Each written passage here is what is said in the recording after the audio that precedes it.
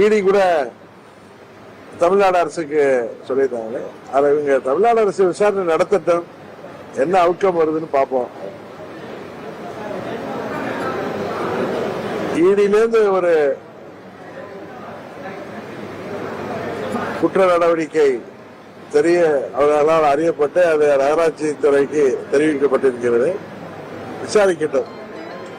விசாரித்து முடிவுகள் வந்த பிறகு என்ன முடிவு சொல்கிறார்கள் தமிழ்நாடு அரசாங்கம், நகராட்சி துறை என்பதை பார்த்துவிட்டு நாம் பேசுவோம். நிறைய மாநகராட்சியில இது மாதிரி ஊழல் குற்றச்சாட்டுகள் நிறைய இருக்கு. அதை அரசாங்கம் என்ன செய்யுதுன்னு பார்ப்போம். அதற்கப்புறம் ஏன்னா விசாரணைன்னு வந்த பிறகு விசாரணை அறிக்கை வரட்டும். அதற்கு பிறகு என்ன தமிழ்நாடு அரசு இதுல என்ன செய்து ஊழல் செய்தவர்களை பாதுகாக்கிறதா, இல்லை அதை வெளிக்கொண்டு வருகிறதா, இல்லை யாராரு இதுல சம்பந்தப்பட்டிருக்கா என்கிறதா வெளியில தெரிய வரும்ல. அதுக்கு பிறகு நிதானமாக அதை பத்தி பேசுவோம். எடப்பாடி பழனிசாமி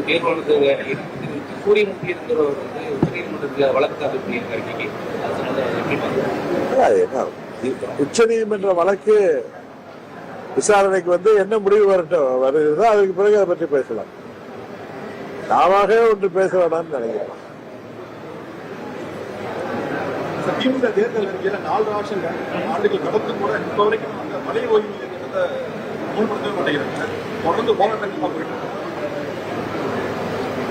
பழைய ஓய்வூதிய திட்டம் மாத்திரம் அல்ல, பகுதி நேர ஆசிரியர்களை நிரந்தரம் செய்வோம்னு சொன்னாங்க. இளைஞர்களுக்கு வேலை வாய்ப்பை உருவாக்கி தருவோம்னு சொன்னாங்க. அதுபோல அரசாங்கத்தில் உள்ள அனைத்து துறை ஊழியர்களுக்கும், ஏன் மருத்துவர்களுக்கும், செவிலியர்களுக்கும், மாற்றுத்திறனாளிகளுக்கும் என அனைத்து தரப்பு விவசாயிகள் உட்பட அனைத்து தரப்பு மக்களுக்கும் நிறைவேற்றி தருவதாக சொன்ன வாக்குறுதிகளில் 90% இன்னும் நிறைவேற்றப்படவில்லை. ஆனால் நம்ம எல்லாம் உறுத்தி கொண்டிருப்பது என்னவென்றால், 24 இவ்வளவு குற்றச்சாட்டுகள் இருந்தோம், சட்டம் ஒழுங்கு சீர்கெட்டு போயிருந்தோம், கொலை கொள்ளை என்பது போதை மருந்து பழக்கத்தால் அதிகமாகி இருக்கிறதும், பெண்களுக்கு பாதுகாப்பு இல்லாத சூழ்நிலை, அது சிறு குழந்தையிலிருந்து வயதான மூதாட்டி வரை வீடுகளிலே தனியாக இருப்பவர்களுக்கும் பெரிய கொடுமைகள் இழைக்கப்பட்டதெல்லாம் பார்த்திருப்பீங்க, கொலைகள்லாம். இவ்வளவு இருந்தும் 24 பாராளுமன்ற தேர்தலிலே திமுக 39 தொகுதிகளிலும் தமிழ்நாட்டிலே வெற்றி பெற்றிருப்பதுதான் நமக்கெல்லாம் உறுதி கொண்டிருக்கிறது. அதை திமுகவை எதிர்க்கின்ற அத்தனை கட்சிகளும் சுய பரிசோதனை செய்து கொண்டு அது சரி செய்துதான், அதை சரி செய்வதன் மூலம்தான் வருகிற தேர்தலில் திமுகவை வீழ்த்த முடியும். ஏன்னா திமுக கூட்டணி பலம் இருக்கு.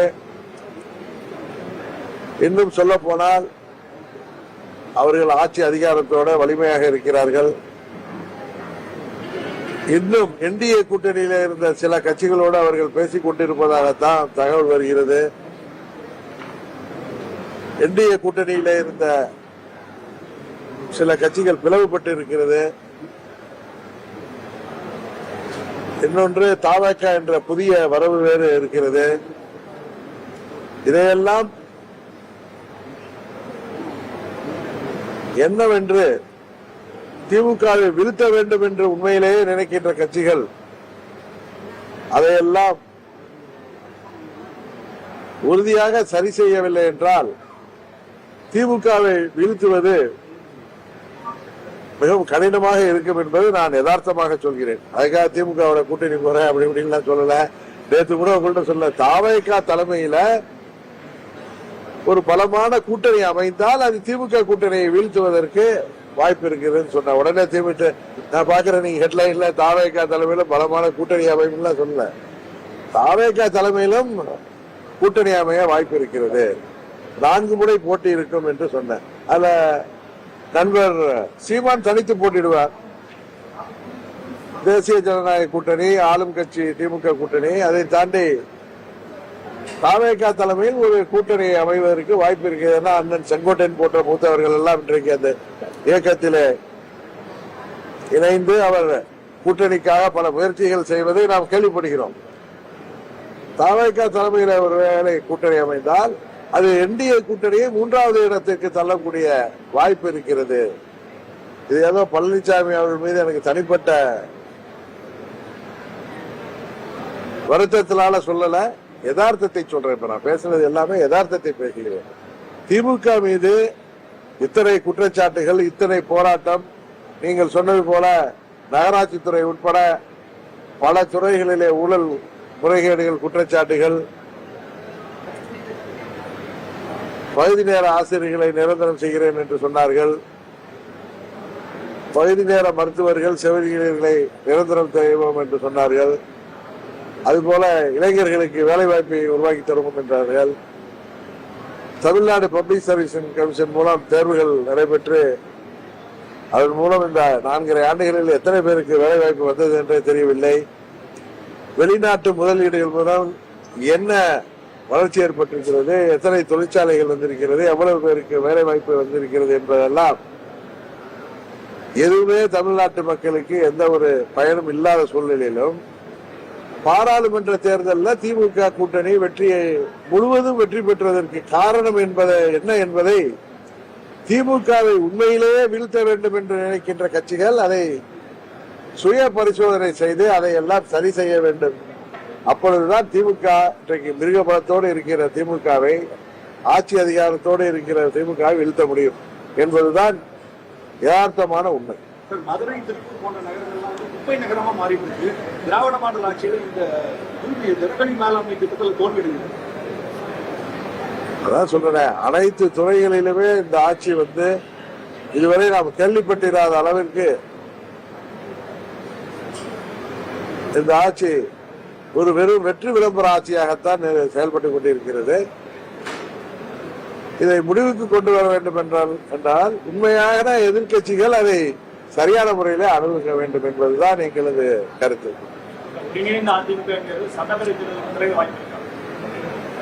அதான் சொன்னேன், ஒரு சிலரின் சுயநலத்தால, நேற்று கூட கோயம்புத்தூர்ல தான் சொன்னேன், ஒரு சிலரின் சுயநலத்தால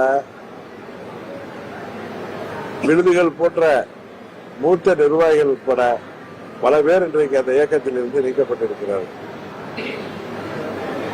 எங்களை எல்லாம் அவர்கள் சுயநலத்துக்காக நீக்கிவிட்டு எங்களை சந்திப்பதெல்லாம் அவர்களே எங்களை நீக்கிவிட்டு நாங்கள் துரோகிகள் என்கிறார்கள். துரோகம் செய்தவர்கள் எங்களை நீக்கிவிட்டு சர்வாதிகாரத்தனமாக துரோகிகள் என்கிறார்கள். இன்றைக்கு அந்த இயக்கம், புரட்சி தலைவர் கண்ட இயக்கத்துல சட்டத்திட்டங்களை எல்லாம் மாற்றிவிட்டு அந்த புரட்சி தலைவர் கண்ட அதிமுகவை இல்லை என்கிற அளவிற்கு அந்த இயக்கம் இன்றைக்கு மாற்றப்பட்டிருக்கிறது.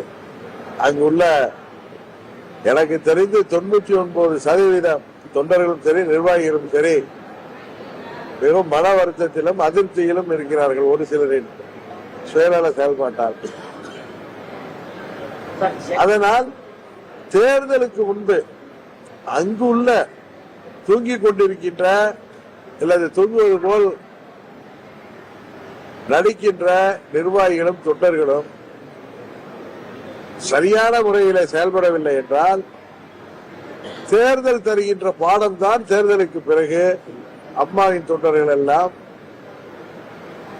ஒன்றிணைந்து மீண்டும் புரட்சி தலைவர் கண்ட அதே சட்டத்திட்ட விதிகளோடு அதே பொலிவோடு அந்த இயக்கம் மறுமலர்ச்சி பெற வாய்ப்பு இருக்கிறது என்றுதான் நேற்று உங்களிடம் சொன்னேன், கோயம்புத்தூர்ல அதான் சொன்னேன். நீங்க சொல்ற மாதிரி இந்த அதிருப்தி இருக்கிறவங்க அதிமுக அடுத்து விலைக்கு மறுபடியும் வேற போறதுக்கான வாய்ப்பு இருக்காங்க. அதையெல்லாம் ஜோசியம்லாம் எனக்கு சொல்ல தெரியாது. 99% பேர் அண்ணன் செங்கோட்டையன் அவர் வெளியில போறதுக்காக இல்லையே, அவரை கெட்ட விட்டு சொல்லி நீக்கிட்டீங்க, அதுக்கப்புறம் வேற வழி இல்லை, அவருக்கு வீட்டுல போய் பொருளை போத்தி படுக்க முடியுமா? அவர் தனக்கு அநீதி இழைக்கப்பட்டதுன்னு அதை எடுத்து போராடுவதற்கு அவர் தாவேக்காவை போய் இணைஞ்சிருக்கார். அது அவருடைய விருப்பம். அவர் ஒரு மூத்த அரசியல் அனுபவம் உள்ள ஒரு நிர்வாகி, எங்களோடு நட்போடு இருக்கிறார், எங்களோடு பழகி கொண்டிருக்கார் என்பதற்காக எங்களோடு தான் வர வேண்டும் என்பது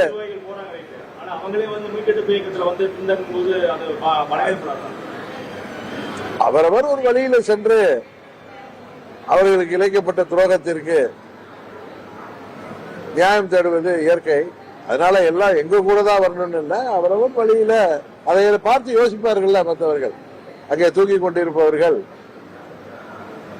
அங்கே என்ன செய்வது என்று தெரியாமல் அதிருப்தியில அமைதியாக இருப்பவர்கள் விழித்துக் கொள்ளவில்லை என்றால் என்ன ஏற்படும் என்பதைத்தான் அண்ணன் செங்கோட்டையன் அவர்களின் செயல்பாடு காட்டி இருக்கிறது. அதனால தேர்தலுக்கு முன்பு அங்கு உள்ளவர்கள் திருந்தினாலே ஒழிய அது நடப்பதற்கு வாய்ப்பில்லை என்பதுதான் எனக்கு.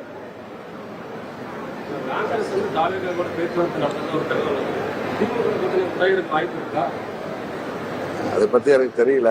இல்ல நானும் உங்க மாதிரி ஊடகங்கள்ல பாக்குற செய்தி தான். எனக்கு அதை தெரியாத ஒன்றை நானா இட்டு கட்டி பேச விரும்பவில்லை. சமீப நாட்கள் பேட்டியில் தாவேகா பற்றி நீங்க வந்து நல்ல சொல்றீங்க, பாசிட்டிவா பேசுறீங்க. அமமுக வந்து தாவேகா கூட்டணி போறதுக்கான வாய்ப்புகள் இருக்கிற மாதிரியே தெரியுது.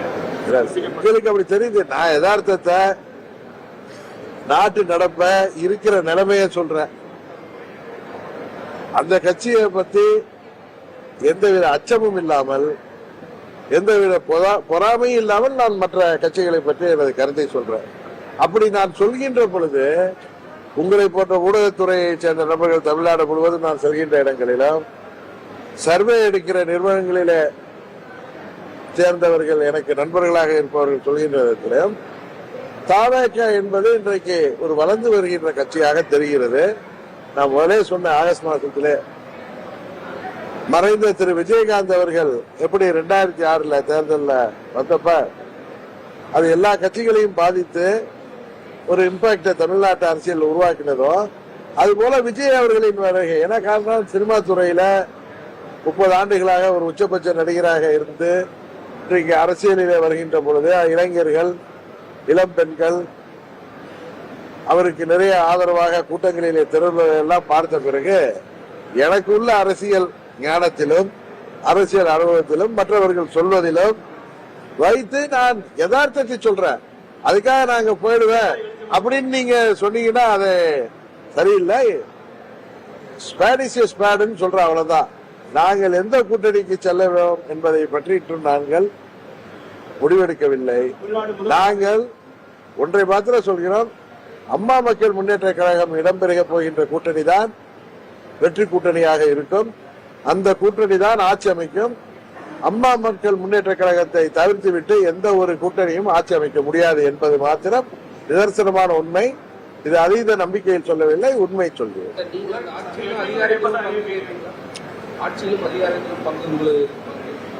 இல்ல கூட்டணி அமைகிற சூழ்நிலையை பொறுத்து அதை பத்தி திங்க் பண்ணல.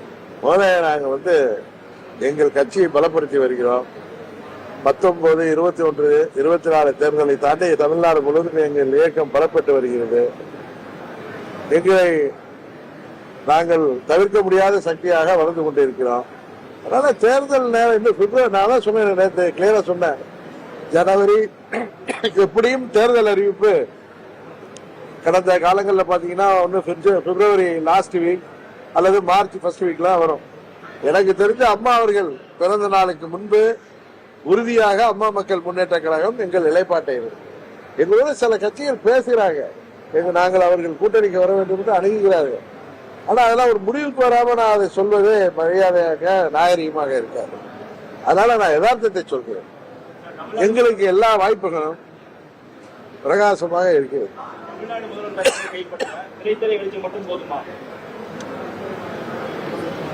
ஆட்சியை கைப்பற்றுவாங்கன்னு நான் சொல்ல வரேன்.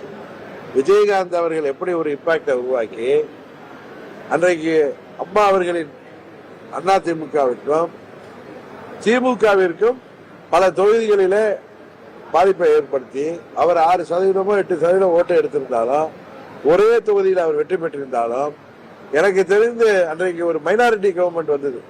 அதற்கு காரணமாக இருந்தது அன்றைக்கு அவருடைய வரவு. அதுபோல விஜய் அவர்களின் வரவு அதை விட அதிகமான இம்பாக்டை உருவாக்குன்னு சொல்றேன். அவர் தலைமையில ஒரு நல்ல கூட்டணி அமைகின்ற பட்சத்துல அது சரியான போட்டியாக ஆளுகின்ற கூட்டணிக்கு இருக்கும் சொல்றேன். அதான் நான் சொல்றேனே தவிர நான் அந்த கூட்டணிக்கு போவேன் அப்படின்னு நீங்க நினைச்சீங்கன்னா நீங்க பொறுத்திருந்து பாருங்கள். அம்மா மக்கள் முன்னேற்ற கழகத்தின் நிலைப்பாடு என்ன என்பது தெரியும். நான் நீங்க பேசுறப்ப யதார்த்த நிலைய நாட்டு நடப்ப ஒரு குடிமகனா ஒரு கட்சியின் தலைவரா நான் உங்கள்கிட்ட உண்மை நிலையை சொல்றேன். எங்களுக்கு எந்த கட்சியை பார்த்து அச்சமும் இல்லை, யார் மீது பொறாமையும் இல்லை. உண்மையை நான் எனக்கு தெரிந்ததை உங்களிடம் பகிர்ந்து கொள்கிறேன். அவ்வளவுதான். சார், உலக பொருளாதார வளர்ச்சியில இந்தியா வந்து ஜப்பானை பின்னுக்கு தள்ளி 4வது இடத்துல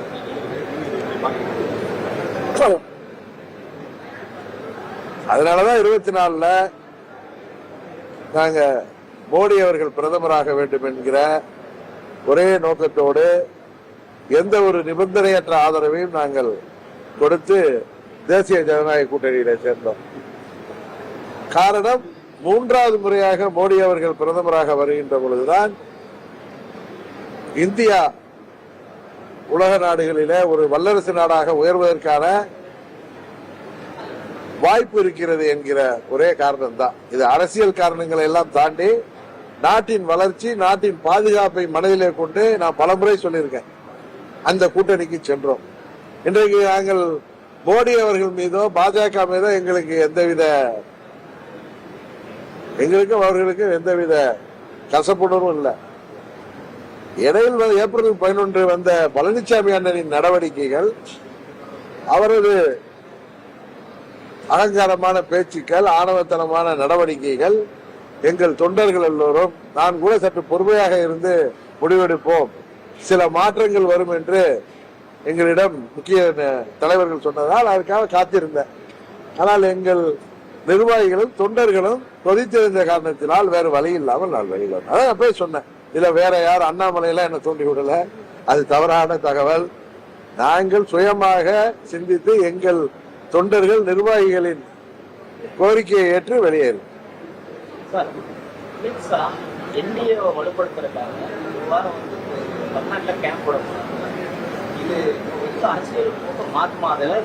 எனக்கு அது தெரியல. நீங்க யூகங்களுக்கு எல்லாம் நான் பதில் சொல்ல முடியாது. ஆனா நேற்று ஒன்று நான் சொன்னேன், ஒரு கட்சிக்குள் பிளவு, கருத்து வேறுபாடுகள் இருக்கும் பொழுது அந்த கட்சியுடைய கூட்டணி கட்சிய அதில் மத்தியஸ்தர்களாக இருந்து அதில் உள்ள தலைவர்களை அழைத்து பேசுவது, அது ஒன்றும் மிரட்டுவதல்ல, அதிகாரத்தை வைத்து மிரட்டுகின்ற செயல் அல்ல.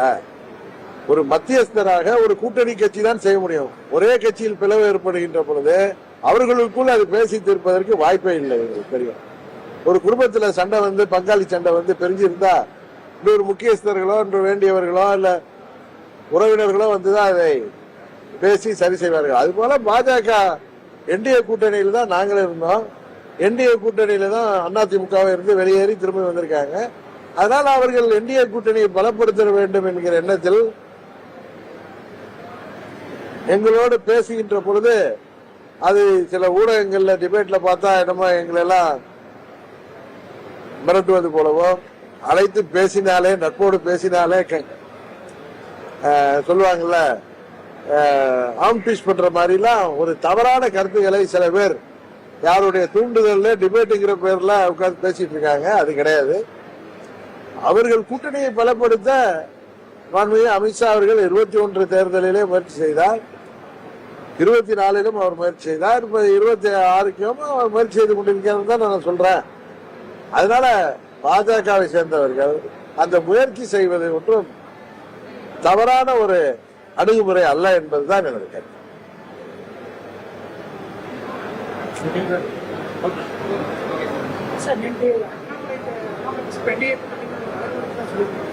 இல்லங்க, அவரை நேற்றுக்கு இல்லைங்க, பொதுவாக என்னிடம் பேசும் பொழுது நான் இடையில தொலைபேசியில பேசுறப்பெல்லாம் அவர் என்ன வந்து நீங்க மீண்டும் என்டிஏ கூட்டணிக்கு வர வேண்டும் என்று ஒரு நண்பராக என்னை அவர் தொலைபேசியில் பேசும்போதெல்லாம் அழைப்பார். ஆனா அவர் போய் என்னை துண்டி விட்டு வெளியேற்றினார்னு, வெளியேறுவதற்கு காரணமாக இருந்துச்சுன்னு ஒரு தவறான ஒரு கருத்தை ஊடகத்தில் விதைக்காதீங்க. அது பல வருத்தங்களையும் பல பேருக்கு தர்ம சங்கடத்தையும் உருவாக்குகிறது சொன்ன. எங்கள் நட்பை தொடர்வதில் கூட, அரசியல் எல்லாம் தாண்டி ஒரு நல்ல நண்பர்களாக பழகுவதில் கூட அது தேவையற்ற தேசியங்களை உருவாக்குகிறது என்று சொன்னேன். இன்னும் முடிவு பண்ணலாம். சரி.